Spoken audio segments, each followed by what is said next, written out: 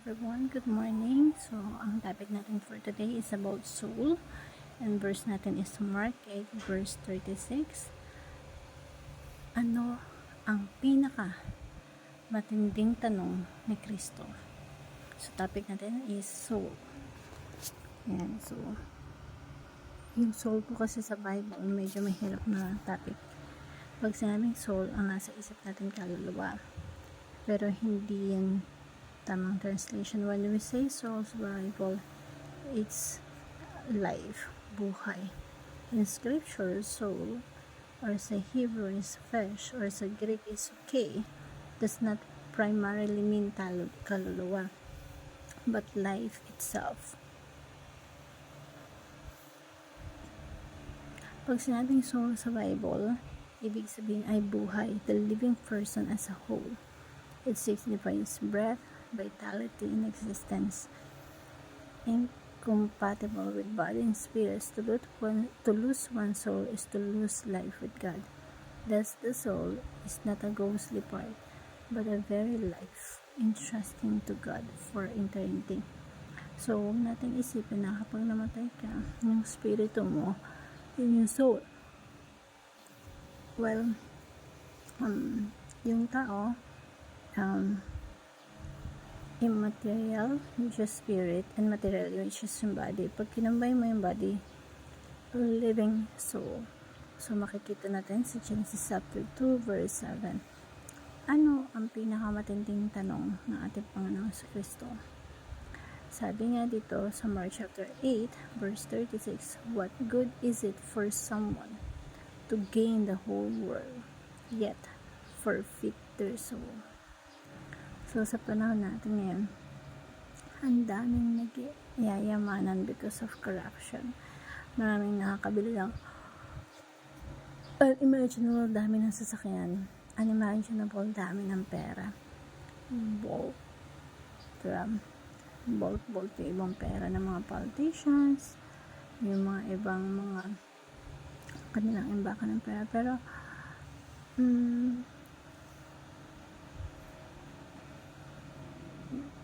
imagine by the millions na kukuha nila. But kung billions yan, parang million yan everyday, diba? So, ang tanong is, sapagkat ano ang pinaka mapapakinabang ng tao na makamtan ang buong sanlibutan? Sabi ko parang, sige sa'yo na yung buong mundo. Lahat ng kayamanan sa mundo, sige sa'yo na. Lahat ng nasa isip mo na pwede mong ipagmalaki, ipagmayabang, sasakyan, bahay, alahas, sige, sa'yo na. Pero ang pinakamatinding tanong, mapapahamak naman ang buhay mo? So, aanin mo yung pakinabang kung mapapahamak naman na yung buhay mo? Ang term na ginamit is soul, ay buhay. Now, kung sa ibang translation ay kaluluwa, hindi po tama yan.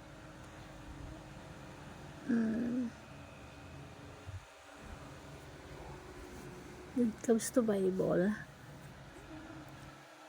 buhay,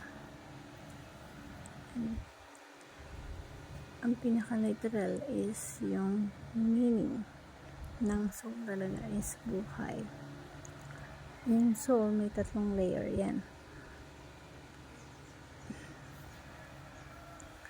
Parang sibuyas, maraming layer, diba? So, unang layer, soul means your life itself. Yung buhay mo mismo. Na sige, na dito magandang malaman natin na mayroong dalawang paggagamitan ng buhay.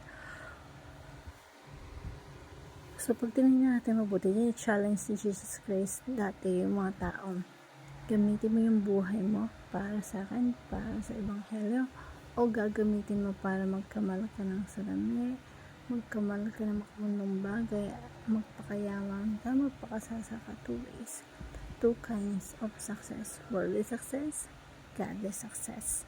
Pili ka. Now, kapag pinili mo yung kabila, yung makamundo, nagpakasasa ka sa mundo, but you lose your life. Yung buhay mo mismo na magiging makabuluhan sana, hindi na naging makabuluhan.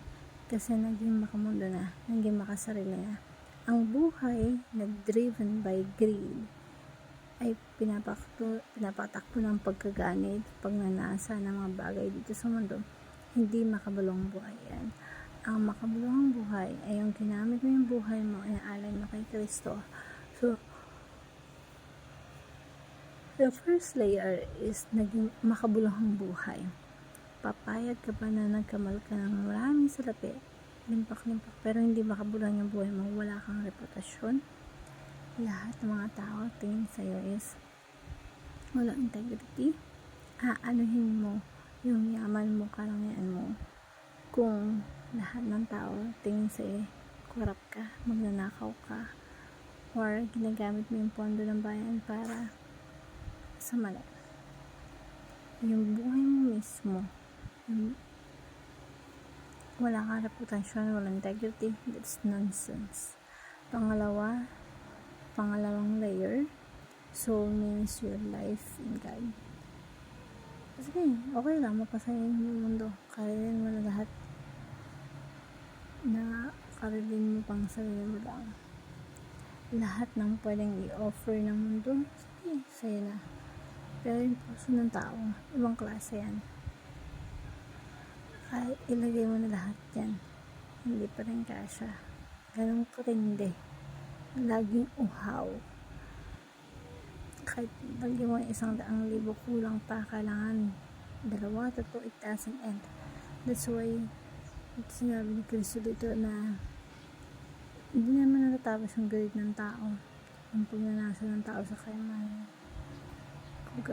Itodo na natin, buong mundo na sa'yo na, pero ipagpapalit mo yung buhay na makabuluhan sa piling ng Diyos. That's another layer. Wala ka kay Kristo, nasa mundo ka nga, ang dami mo na accomplish, na fulfill, so to speak, pero wala kay Kristo, pili ka. So ito yung mas malalim na layer for number 3. Soul means your life for eternity. Mapasaya na yung buong mundo, pero masaya ka lang sa temporary. Pero sa eternal, wala kang kaligayahan. Kasi yung buong buhay mo, pagdurusahan mo ang iyong ginamali dito sa mundo. Kahit wala nakakakita dyan, pero may isang nakakakita si dyan. Dito sa Pilipinas, yung mga leaders natin, ito yung magandang tanong yung pinakamatinding tanong ni Jesus. Usually, in-English natin yung buhay natin na walang kinalaman sa Diyos, sa mga makamundong bahay, na walang kinalaman sa kaharian, walang kinalaman sa Ebanghelyo, walang kinalaman kay Kristo, but we invest most of our lives sa mga makamundong bagay. That's why, ang tanong, sapagkat ano ang mapapakinabang ng tao na makamtan ang buong sanlibutan at mapapahamak ang kanyang buhay. So mind-blowing tanong na yun, diba? Na dapat natin pag-usapan. Dapat ngayon parang may sagot ka na. At yung challenge ni Jesus yan,